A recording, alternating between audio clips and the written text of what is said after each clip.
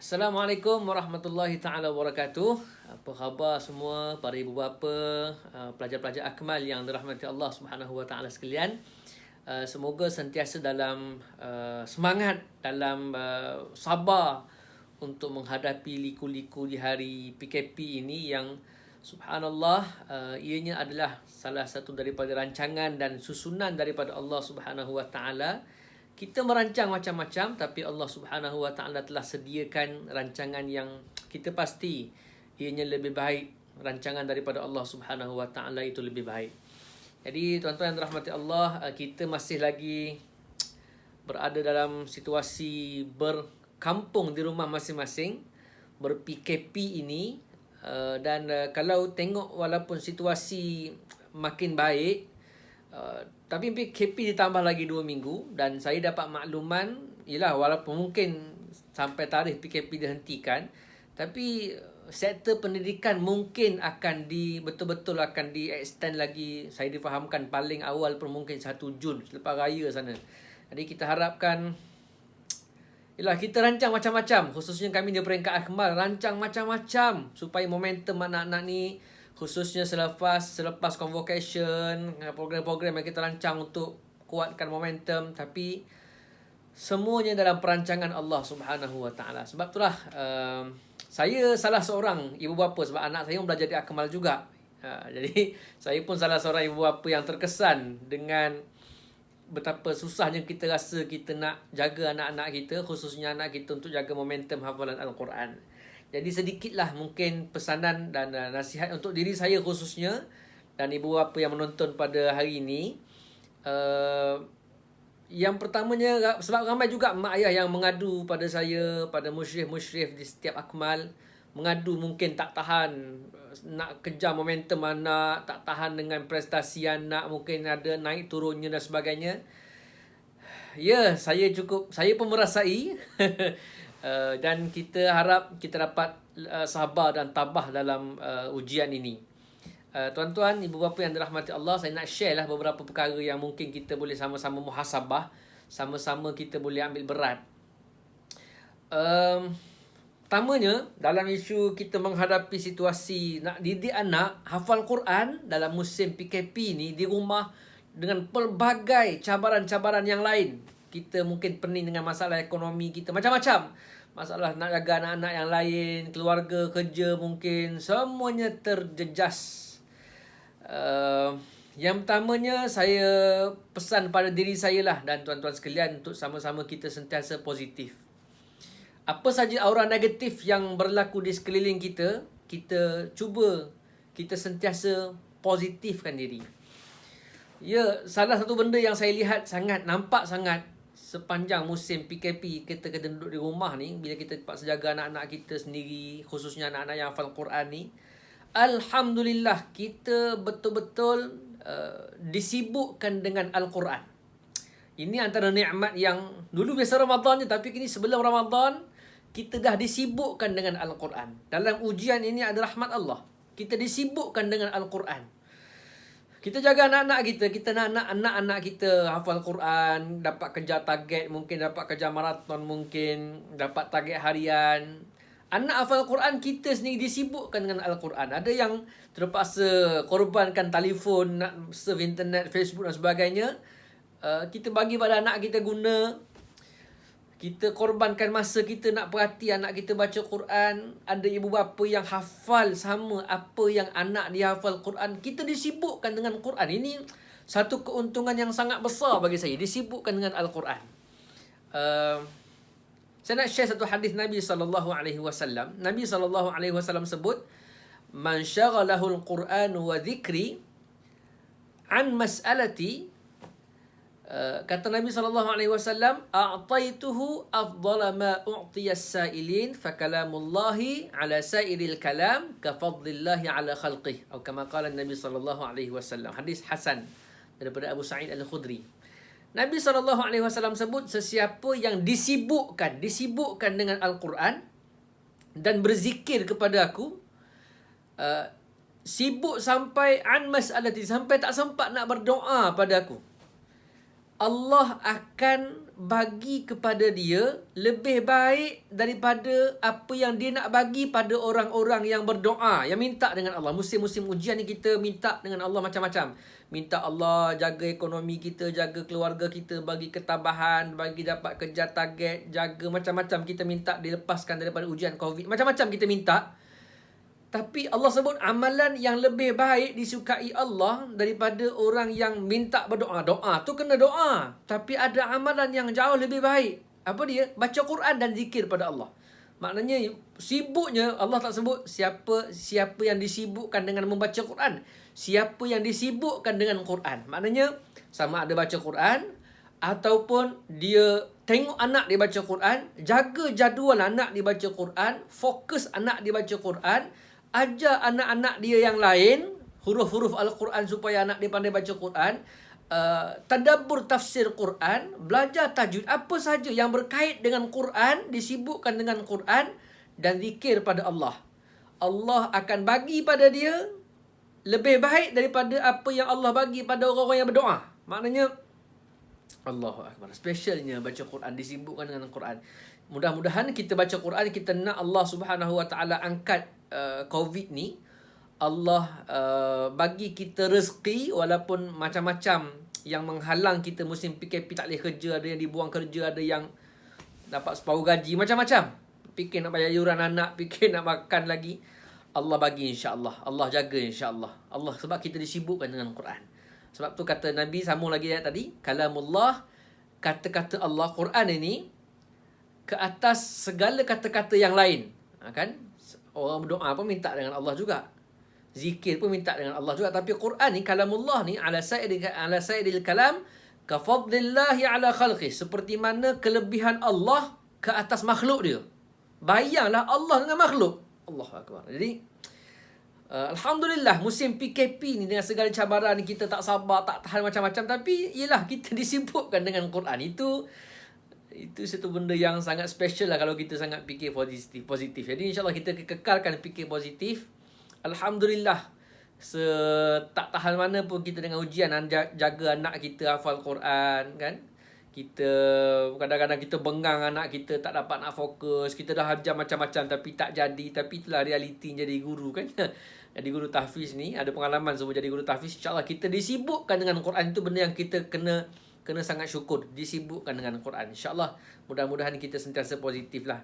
Yang keduanya, itu yang pertama, disibukkan dengan Quran, kita fikir positif. Yang keduanya, kadang-kadang yelah kita tak tahan, anak-anak kita tak dengar cakap kita, mungkin anak kita mungkin tak ingat, tak fokus, tak semangat. Yelah, anak-anak adalah cerminan kepada kita. Saya cakap ni pun pengalaman pada bila saya duk ajar anak-anak kat rumah ni, kan. Anak-anak adalah cerminan kepada kita. Jadi mungkin kita tengok kelemahan anak kita tu. Saya kadang-kadang bila saya kadang marah juga anak kita tak dapat nak hafal apa yang kita minta, mungkin fokusnya main banyak dan sebagainya. Kita bila kita marah pun kita muhasabah balik. Itulah kita. Itulah kita. Sebab tu kena istighfar banyak-banyak kita. Yalah, Nabi Nuh AS pernah sebut pada kaum dia, faqul tastaghfiru rabbakum innahu kana ghaffara yursilis samaa 'alaikum midrara wa yumdidkum bi amwalin wa banina wa yaj'al lakum jannatin wa yaj'al lakum anhara. Ini dalam surah Nuh. Nabi Nuh pesan pada kaum dia, istighfar pada Allah, minta ampun dengan Allah. Sesungguhnya Allah Maha Pengampun. Bila kita minta dengan Allah, yursilis samaa 'alaikum midrara, Allah akan turunkan daripada langit hujan yang mencurah-curah. Ini lambang rezeki. Lambang rezeki. Wa yumdidkum bi amwalin wa banin, Allah akan bagi pada kamu harta benda, anak pinak. Allah Subhanahu Wa Taala akan alirkan sungai-sungai kepada kamu, kebun-kebun, tanaman-tanaman. Maknanya hebatnya kesan istighfar. Istighfar maksudnya kita minta ampun dengan Allah, kita muhasabah. Bila kita marah anak kita macam-macam, kan, cuba kita istighfar. Mungkin kita nak anak kita fokus baca Quran, kita sendiri baca Quran berapa banyak, kan? Itu saya lah. Kita nak anak kita baca Quran, ya kita sibuk, mungkin sibuk macam-macam. Tapi adakah kita telah menunjukkan contoh tauladan yang baik dari sudut baca Quran? tadabbur Quran, menghidupkan Al-Quran, menyibukkan diri dengan Al-Quran. Kalau kat sekolah memang semua pakai baca Quran, dia ada suasana dia. Al-insan ibnul bi'ah, para ulama sebut. Manusia adalah anak kepada suasana. Jadi kalau Profesor Dr. Anwar yang saya selalu share pasal tentang Quran malam ni kan, dia sebut kena kita tak boleh buat alasan rumah tak ada suasana Quran. Kita kena mensuasanakan Al-Quran dalam rumah kita. So itu kelemahan kita lah yang kita kena akui dan kita kena perbaiki, supaya mudah-mudahan suasana yang kita bina akan dapat mempengaruhi anak-anak kita. Jadi banyak benda yang kita kena istighfar, muhasabah, minta ampun dengan Allah. Kita marah anak kita tak dapat ingat, anak kita mungkin tak fokus.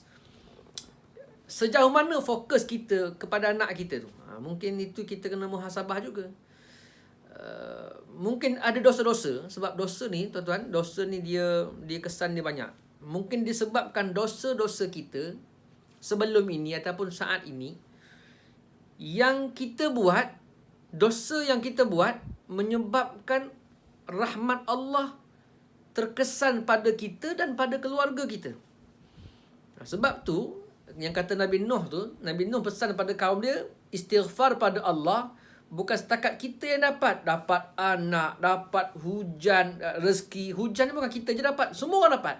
Maknanya kalau kita istighfar, minta ampun dengan Allah, anak kita pun terkesan, isteri kita terkesan, suami kita terkesan, keluarga kita pun terkesan, masyarakat COVID pun insya-Allah dengan kesan istighfar, minta ampun dengan Allah. Jadi ini pesanan pada diri saya lah. Yang pertama tadi kita fikir positif, yang keduanya kena banyak minta ampun, istighfar. Mudah-mudahan istighfar itu menyebabkan kita lebih positif dan kita nampak kelemahan yang berlaku pada anak itu adalah kelemahan kita yang kita kena baiki. Banyak benda yang kalau saya pun bila kita minta anak mengaji kat rumah ni, duk marah-marah anak pun fikir-fikir balik. Ini kelemahan aku ni. Kita marah anak kita yang kita marah dia tak fokus. Rupanya kita sendiri, saya sendiri mungkin tak fokus untuk ajar dia, tak fokus untuk bantu dia. Sebab kita faham anak kita masih kecil, perlu banyak bantuan. Kalau kat sekolah mungkin banyak guru-guru boleh bantu kawan-kawan, tapi kita mungkin tak banyak bantu, tapi kita suruh je tapi kita tak bantu dia. Mungkinlah. Jadi banyak benda yang kita kena muhasabah, baiki. Dan yang terakhir, panjang dah ni. Tadi fikir positif, yang keduanya kita kena istighfar, minta ampun, yang ketiganya sebab istighfar lupa tambah tadi. Saya ingat lagi seorang ibu, seorang mak kepada pelajar kita di Shah Alam ni yang anak dia, mungkin tuan-tuan pernah tengok anak dia hafiz 30 juzuk Al-Quran, alhamdulillah. Anak dia budak bersekalajak. Dia share pada saya, dia kata, "Ustaz, saya dulu agak buntulah anak saya ni, pening macam-macam nak kekalkan momentum dia hafal Quran dalam keadaan dia tak minat nak sekolah, lagi daripada sekolah. Tapi masuk akmal, alhamdulillah dia nak. Akhirnya Ustaz," dia kata, "akhirnya saya banyak sembahyang malam. Saya banyak bangun tahajud, saya banyak solat taubat, minta ampun. Alhamdulillah," katanya, "Allah bagi cepat anak saya selepas saya banyak qiyam, banyak minta ampun." Jadi subhanallah, itu powernya doa ibu, powernya taubat seorang ibu. Jadi maknanya betul-betul ini istighfar, Allah Subhanahu Wa Taala bantu. Okey, yang terakhir saya nak sebut, kita kena banyak qanaah, banyak syukur, banyak qanaah. Banyak kita kena rasa berlapang dada, kena rasa berpada dengan apa yang kita dapat. Ya, kita expect anak kita mungkin maraton, kita nak anak kita 3 juzuk, 4 juzuk, 5 juzuk. Anak kita dapat sejuzuk je. Alhamdulillah, sebutlah Alhamdulillah. Anak kita hari ni tasmiyat sabat dapat, kita nak semuka, kita paksa dia semuka. Marah tapi dia dapat setengah muka. Sebutlah Alhamdulillah. Alhamdulillah, anak kita mengaji. Ada orang lain anak tak tahu ke mana kan. Mungkin mula-mula musim-musim PKP tak terjaga hafalan dia. Tapi anak kita Alhamdulillah, main-main dia pun dia baca juga Quran. So kita kena, nanti saya fikir positif, qanaah lah. Kita kena rasa berlapang dada. Kalau kita marah, kita tak ada sifat rasa puas hati dengan apa yang ada ni, kita akan rasa sentiasa tak puas hati. So kita kena ada syukur dengan apa yang Allah bagi pada kita, dan kita kena berlapang dada, kena sentiasa rasa alhamdulillah, sebut alhamdulillah. Anak aku dapat setengah muka pun alhamdulillah, alhamdulillah. Sebab yang dapat tu apa? Ayat Quran tu. Besar fadilatnya. Jadi ialah kita usaha. Saya pernah sebut dulu, Quran milik Allah. Allah bagi pada siapa yang dia nak. Allah bagi pada siapa yang betul-betul berusaha, insya-Allah. Jadi kita usaha setakat yang kita boleh buat, insya-Allah hasilnya kita qanaah, kita letakkan dalam jiwa kita itulah yang Allah Subhanahu Wa Taala bagi, dan kita kena usaha lebih lagi lah supaya Allah Subhanahu Wa Taala bantu lebih, insya-Allah. So yang terakhir panjang pula, yang terakhir ibu-ibu sekalian, di peringkat akmal kita nak buat satu kempen supaya anak-anak kita lebih semangat, kan? Okey. Macam mana? Sebab sebelum ni kita dapat dengar motivasi anak-anak dengan motivasi daripada musyrif, daripada kawan-kawan mungkin, daripada ustaz-ustazah. Kita nak buat satu kempen plakat. Sebut macam mana? Plakat ke plakat? Plakat untuk dia dapat semangat daripada kawan-kawan. Kita nak buat satu video. Setiap akmal akan buat satu video. Kita ada 4 akmal, akan ada 4 video. Dalam video tu semua pelajar-pelajar, anak tuan-tuan akan angkat plakat, buat mengikut kreativiti masing-masing. Plakat tersebut tulislah apa saja kata-kata semangat. Contohlah kita ada balik pasal dia teruskan usaha. Kan dia angkat senyum, ambil gambar, buatkan kotak ke, buat apa ke, contoh akmal luar biasa, kan, ataupun jangan putus asa, ataupun fighting. Jadi ini angkat plakat, jangan sebut banyak-banyak macam ni, buat 1 2 kan. Jadi ambil gambar dia dengan adik-adik dia ke, dia je ke, dengan muka semangat, supaya kita buat video nanti, kita buat video khas. Nanti kawan-kawan dia akan tengok, kawan dia pesan teruskan usaha, kawan dia pesan macam ni, kawan dia pesan macam ni. Di akmal ada 130 orang lebih. Jadi kita akan, kalau boleh 130 orang semua masuk dalam video tu, dia akan tengok kawan-kawan ni semua bagi semangat kat dia. Dia pun bagi semangat kat kawan dia, insya-Allah. Jadi kita ajak semua ibu bapa dalam masa, kita bagi masa 3 hari lah, insya-Allah. Esok 16, 17, 18 hari bulan. Sebelum esok 19, esok 14. Jadi esok 15, 16, 17. Sebelum 18 hari bulan, mohon semua ibu bapa boleh bagi gambar anak-anak yang angkat plakat tu, bagi pada pegawai tadbir ataupun mudir ataupun saya sendiri, share je bagi. InsyaAllah kita akan buat video khas. Kita akan siap pada minggu depan. Anak-anak tuan-tuan akan masuk video khas tu, bagi semangat pada kawan-kawan dia, insyaAllah. Jadi kita harapkan dapat kerjasama semua ibu bapa untuk buat plakat ni, untuk kita kuatkan dan kita bakar semangat anak-anak kita, insyaAllah, untuk menghadapi PKP lebih lagi. Tak tahu bila akan berakhir. Jadi kita cubalah usaha supaya semangat dia akan lebih bertambah. Yang keduanya, kita nak minta semua ibu bapa, kalau boleh semua hantarkan respon ataupun komen ataupun cadangan. Maknanya hantar pada pegawai tadbir ataupun musyrif setiap akmal masing-masing, pengalaman ataupun kita kata hantarkan maklumat, kelemahan yang dirasai di rumah sepanjang jaga anak-anak ni, apa kelemahannya, apa kekuatan anak-anak, dan apa cadangannya, supaya pihak akmal dapat buat satu kajian untuk kita bincang macam mana cara untuk selesaikan masalah-masalah yang berlaku. Jadi mohon pada ibu bapa, dalam masa 3 hari ni juga boleh type ataupun tulis WhatsApp, tak apa, bagi pada pegawai tadbir ataupun mudir ataupun saya, musyrif, untuk kita kumpulkan sebanyak mana maklumat dan kita cuba cari penyelesaian supaya kita dapat selesaikan masalah ini bersama, insya-Allah. Masing-masing ada masalah kan, jadi boleh share kepada pihak akmal, insya-Allah. Saya harapkan semuanya kerjasama daripada ibu bapa untuk sama-sama kita kekalkan momentum anak-anak kita, insya-Allah, untuk menjadi hafiz dan hafizah Al-Quran dalam masa setahun, insya-Allah. Ini cabaran buat kita, susunan daripada Allah Subhanahu Wa Taala. Sama-sama kita fikir positif, perbanyakkan istighfar, syukur dan qanaah, berpada dengan apa yang ada, insya-Allah hati kita tenang dan Allah Subhanahu Wa Taala bantu kita, insya-Allah. Jumpa lagi. Assalamualaikum warahmatullahi taala wabarakatuh.